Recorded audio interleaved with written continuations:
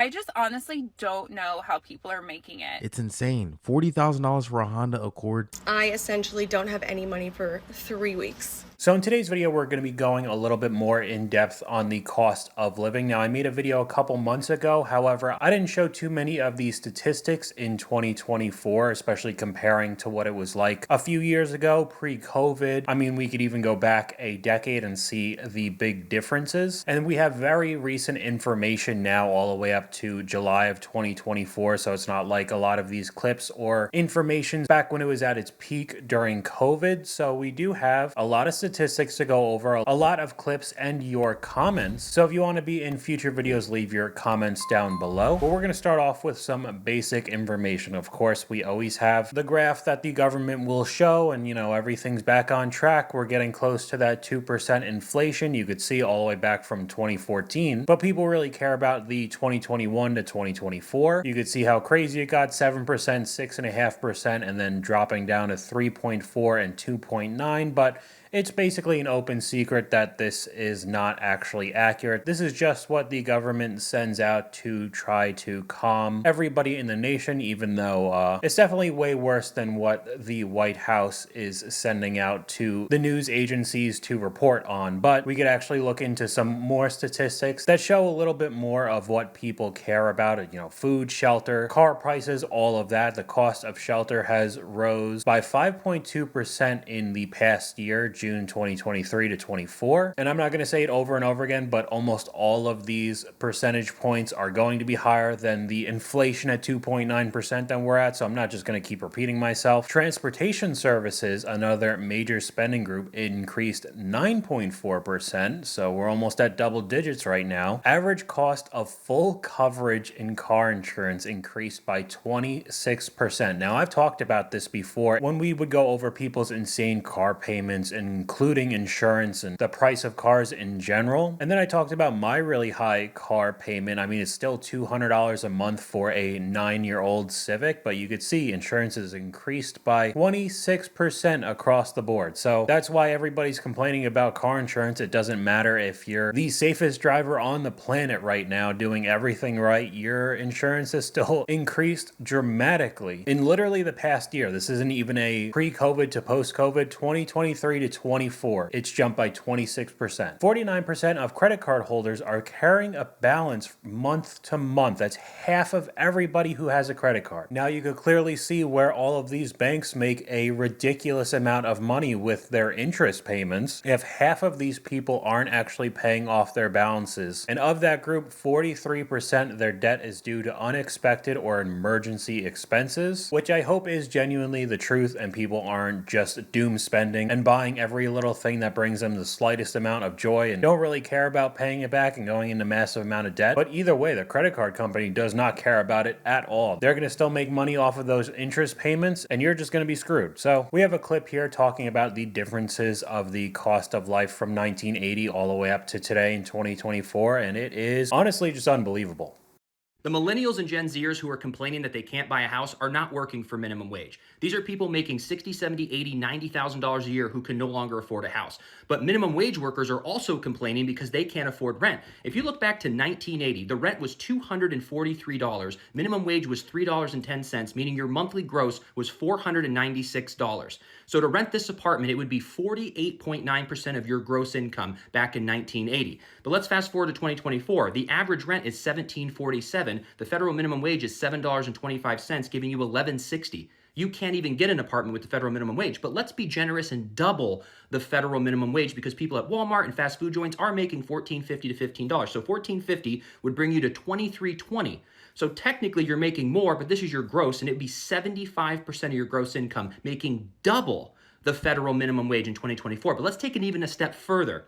ZipRecruiter said that the starting pay for college graduates is $24 an hour. So that would be $38.40 a month. So someone with a bachelor's degree could afford this one-bedroom apartment, but it would be 45.4% of their gross income. A college graduate is spending the same amount of their income on rent as the minimum wage worker in 1980 did.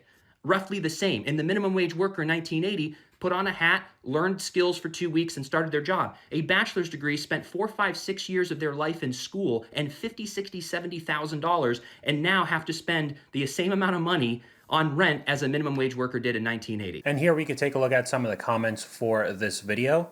You're not supposed to spend more than 30%, which I'm pretty sure is the rule for your mortgage, which I mean, if you don't have a mortgage, would be your rent. I'm pretty sure it's no more than a third, so 30%, 33%, basically the same. Another comment, I have a bachelor's degree and we're not making 24 an hour. That'd be nice if we made that, but it's way lower, which I think 24 is unbelievably low for somebody who spent at least 4 years in college. I don't know, at least for me, I am not somebody who is ever into school or really did that well in school, so me getting a bachelor's degree is basically torture. So if I was going to get one, I better be compensated for it. At least in my own opinion, I just wasn't a fan of college at all, but anybody who did make it out of there, making 24 an hour is still less than $50,000 a year, so just not worth it in my opinion. I have 2 bachelor's degrees and make over $80K a year, live within my means, not a shopper or into fancy things, and still can't buy a house. So we'll get to this a little bit later, but it seems like that's what a lot of people are feeling right now. And that's just rent, doesn't account for food, kids, car insurance, car payments, student loans, any of that. And I mean, you could cut some of it out. Obviously, if you didn't have kids, you could cut some of the food budget and any of those expenses. But I mean, basically everybody needs a car now. You could get an absolute beater cheap car that would still cost money for gas and insurance, even if it is absolute minimum payments. It's not free. And if you did go to school, the student loans are almost a given unless you got some sort of grant or were a genius or one of the few people that actually get full rides for being an athlete. But I mean, the percentages are so low that it's almost 0%. We have a comment from one of you guys in my older videos. You should see what it's like in New Zealand. 7 to 80K New Zealand dollars, I'm pretty sure is what it is. Average salary, which ends up being 44K USD, and the average house is 1,590,000 US dollars. So it seems like both Australia and New Zealand, we've talked about it in my older videos with inflation around the world, that whole area is actually in even worse of a position right now. Australia seemed crazy when I looked up any prices for houses or just normal cost of life, and I guess it's no better in New Zealand because almost $600,000 for a house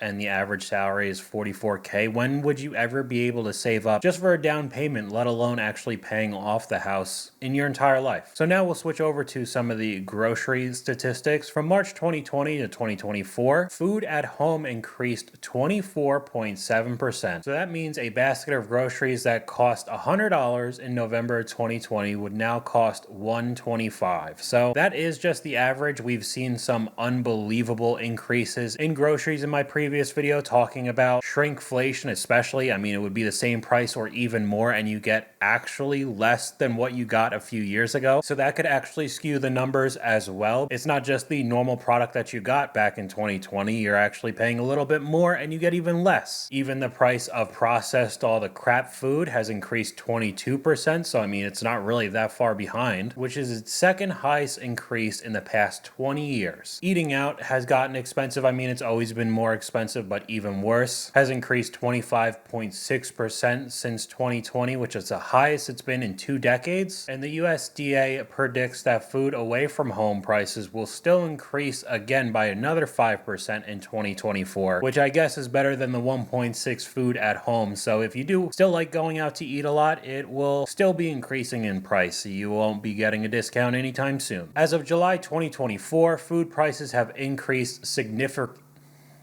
As of July 2024, food prices have increased significantly since 2020, with the PPI for all foods 30% higher than it was in 2020. We'll start going into some specific examples. I mean, eggs have gone up 54% in 2 years. A lot of dairy products in general, like milk, has increased 36%. Cheese and butter also jumping 30%. Price of cereal, bakery products, I mean, a lot of the breads, rolls, crackers, crackers, a lot of the carbs rising 28% since 2020, and any of the meat and poultry does not get away from the inflation either, rising 23.5%, beef prices up around 20 and chicken 25, and even the fresh fruits and vegetables jumping up 21% in just 3.5 years. So these are still just gross averages. We've seen specific items from specific companies just jump in price. I still remember there was a video clip of somebody who got cheese from Walmart, and within 2 months it went from, I believe it was like $2.50 for like a pack of cheese, that jumped all the way up to like $5.50. So more than double the price there. Literally just a few weeks. Like, she had receipts and everything. So even the average statistics of everything jumping to around 25% is still a ton, but there are very specific foods that out of nowhere will just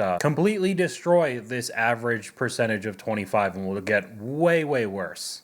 I just spent almost $12 on grapes. I'm mind blown at this. It's $11.62 for fucking grapes. Every time I go to the store, I'm just shocked. Work a 9-to-5 job. I get paid like pretty well, have 4 kids. I just honestly don't know how people are making it. I think it's not possible to just have a 9-to-5 job anymore. You either need to like significantly decrease your lifestyle to keep up with what things are costing now, and or find another way to make money. We have a comment from one of you guys in my older videos. Our groceries and products have doubled and have shrunk in size. But guys, the quality has also severely declined as well. And I will most likely make a video very similar to this because we hear this a lot talking about modern cars right now. All the prices have also gone up, but the quality of modern cars that are coming out are just tanking, even though you're still supposed to be paying $40,000-$50,000 for some of these SUVs now, and that's the average price. So I mean, it's the same thing with the groceries. I think it would be a pretty decent video topic. And right here is just a little clip of the average monthly cost a person spends on groceries in the US, all of the states, so you could pause and see where you guys live and if it is actually accurate. I'm pretty sure this is per person. So at least for me, North Carolina being 29, I mean, I used to live in New Jersey as well. Basically the same 343, I think is probably a little bit less than what I spend. But I mean, you could see how crazy Hawaii is. And I mean, at least that one, I guess, makes sense because they're an island in the middle of nowhere. But Vermont is more expensive than Alaska because, again, Alaska is pretty far away, so a lot of things need to be imported. But I mean, Vermont being more expensive than New York, and even West Virginia actually being number 5 is very surprising because overall West Virginia is a pretty cheap place to live, at least in comparison to other states. But it ended up getting so bad that I've actually seen some people making videos doing the extreme couponing. I think a lot of people have seen those clips of like those reality shows or just TV shows that were on like the TLC type of channels a while ago, where people would get just mountains of groceries and be able to like game the system with a whole bunch of these coupons, and they get like paid to shop. It was pretty crazy, but people are actually going back to this and saving a solid amount of money. This is my first attempt at extreme kind of couponing to save money for a family of 6.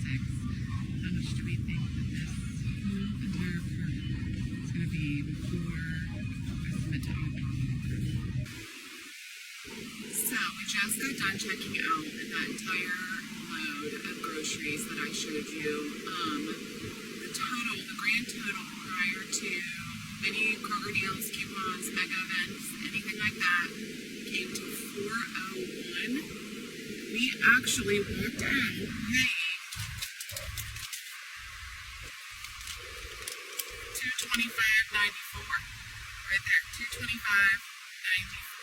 Okay, sorry about the audio there. The audio in that video was really bad, but I mean, an entire grocery cart full of stuff. I mean, it was a lot of like the crap food. I mean, I saw a lot of soda and like Go-Gurts and stuff. So those are the type of companies that would run a lot of those coupons, those like big like PepsiCo and whatever like the Coca-Cola brands are, where they're like the umbrella corporation and they have a million other products under them. But those are the type of companies that would send out a lot of these coupons just to try to get people in and start buying their products. sucks, but I mean 401 down to like 225 is still pretty solid, especially for a large family of 6. So I could see that being more popular now, especially if some of these videos start taking off and getting a lot of views on TikTok. People will probably start doing the same. Now we'll transition talking about the costs of homes, whether it be mortgages or rent, because that has been one of them that has angered people the most, because it's basically priced out a lot of people around my age of ever being able to afford a house, unless we all start making like $250,000 a year, because it's gotten pretty nuts. As of June 2024, cost of homes in the US has increased significantly since 2020. Prices of homes up 47% just from early 2020, so basically COVID. 50% more in 4 years. And the median sales price is now 5 times the median household income. In the second quarter of 2024, average home prices were $412,000, which is a 3% decrease from previous quarter, but still up 28% from the second quarter of 2020. And because people can't afford houses, clearly the only option is renting, but you can't really get out of that either. As of early 2024, rents are up 26% nationwide since the beginning of COVID and are still on the rise 3 out of every 5 markets. So even people trying to move out of wherever they live currently because maybe they're getting priced out, they can't really afford it anymore, they move somewhere else and rent for a while. It seems like the stats are against you for that area that you moved into rising in price and getting priced out in the new area moved in. So it just seems like the only real good solution, which just seems stupid, is to just make more money. Like, people are magically supposed to just find out how to do that. And then the financing costs for mortgages have more than doubled to $22.78 per month, again in just the past 4 years.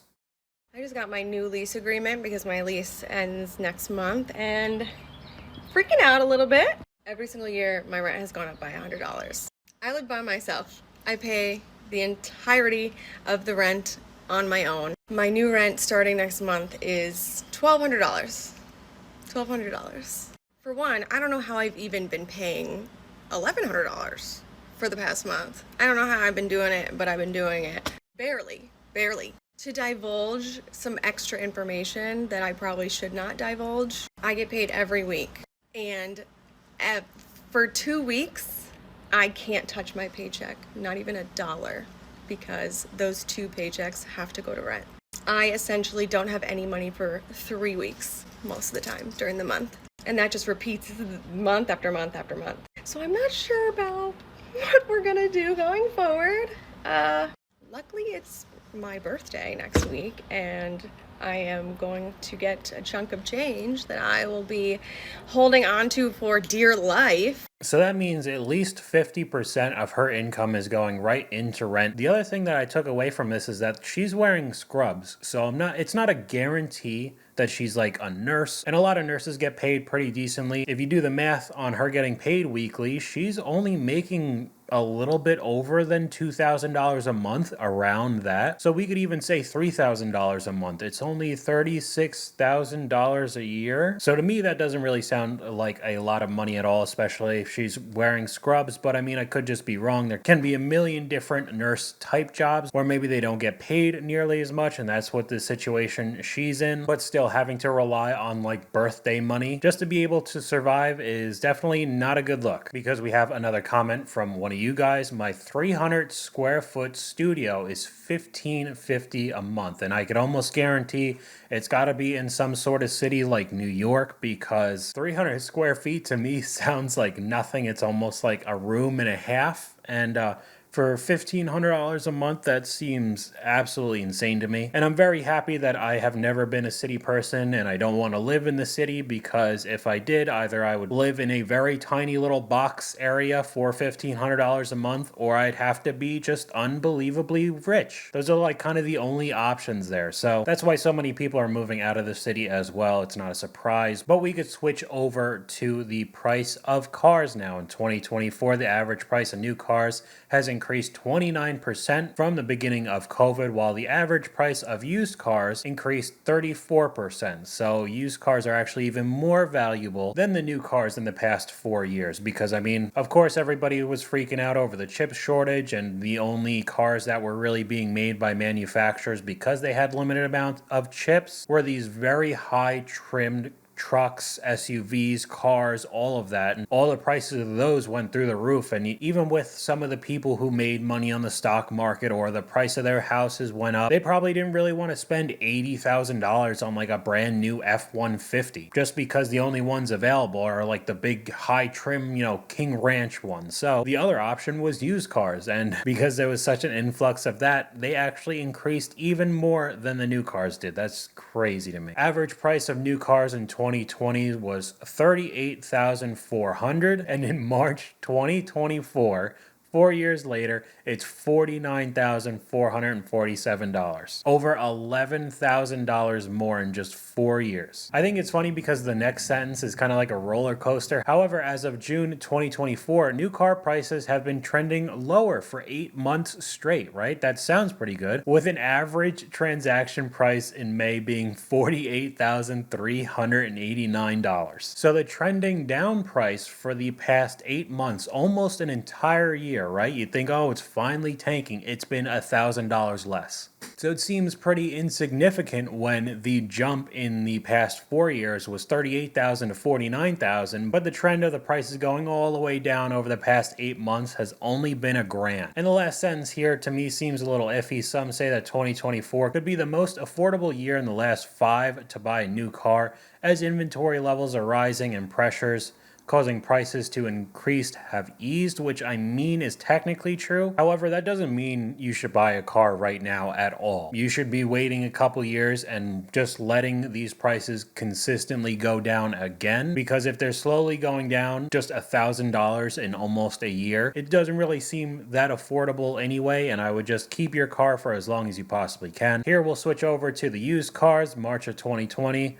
Price of used cars was $23,691, and in 2024 it was $31,556. Now it's not that much of an increase compared to the $38,000 to $49,000 for new cars, but it still is a very large jump. I mean, we're still talking $8,000 in price over just 4 years for the exact same car. And here we can see the graph over the past several years for cars and how much it jumped during COVID, of course. Even with the prices cooling off, you could see how much more all of these vehicles cost now. So like when they say the average transaction price of a new car is $48,644, it's down a little bit more than 0.5% year over year, but then it's up 0.5% since last month. So it's still going to be a while. It's definitely not the best time to buy a car right now. We have another comment here. If you do have a car, and especially living in a city, it doesn't look too good. A parking spot in downtown Toronto goes for about $50,000. So let alone actually having to pay rent in Toronto for a very expensive condo, basically another full-time living just to be able to afford a spot for your car that is also on average about $50,000. It's just insane. And then you start getting clips like this where I hope this isn't real. I hope this is just for like attention and likes on TikTok, but I honestly don't think it is. Leaving the dealership with a 2024 Accord, $33,000 out the door with 19% interest since I'm a first-time buyer. So because less people are buying cars right now, I guess anybody who actually is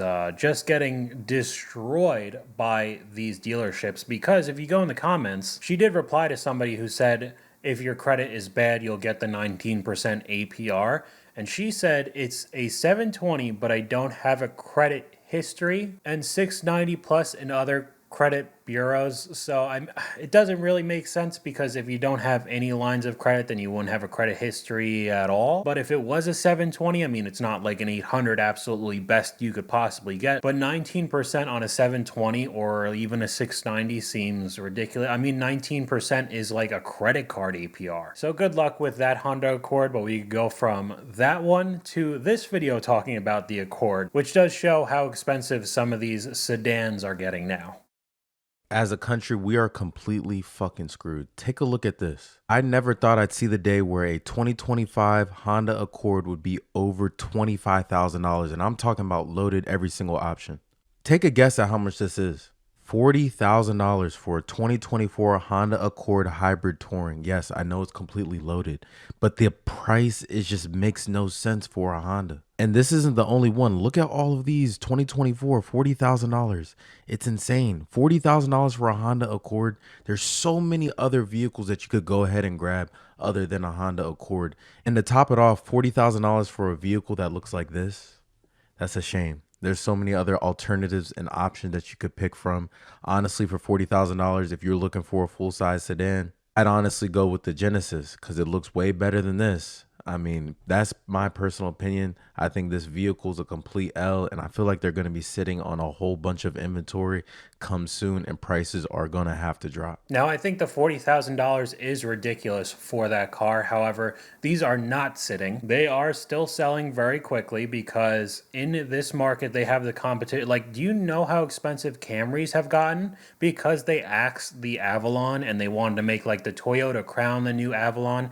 People don't like the Crown. People like loaded up Camrys. So all the people who used to buy the Avalons and have sort of a luxury car with a Toyota badge on it are now just switching over to the Camry. So those jumped in price. Now Honda sees how much money that Toyota's making from it, and they could also make a reliable full-size sedan in the Accords and load it up with the hybrid and all the touring package, and now you're getting close to the price of SUVs now. So I still think $40K is ridiculous for an Accord, but do not get a Genesis instead of this. It's the illusion of luxury because they put a Genesis logo right over the Hyundai badge, and it's definitely not a smart move to get that car. But we could go over to the comments who were talking about the same thing. A Genesis over Accord is insane. Honda holds its value and is reliable. Honda sales aren't slowing down, and I agree with that because Toyota has seen how many people are buying their cars or trucks, SUVs now. It doesn't really matter what class or income bracket anybody's in. Everybody wants something reliable, and you could even start getting Land Cruisers and Sequoias for like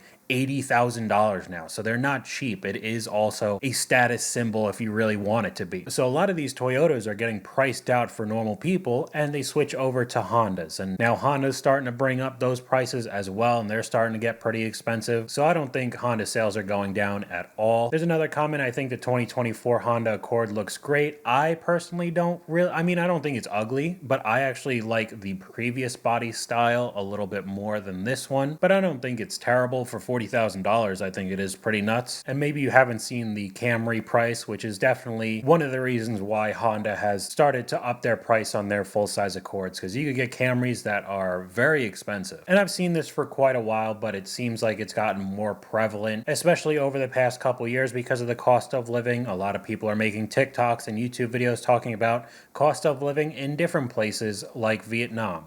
This is what I love about the cost of living in Vietnam. All prices are in US dollars. Number 10, I can eat very well for less than $400 a month, and that's eating out, not cooking at home.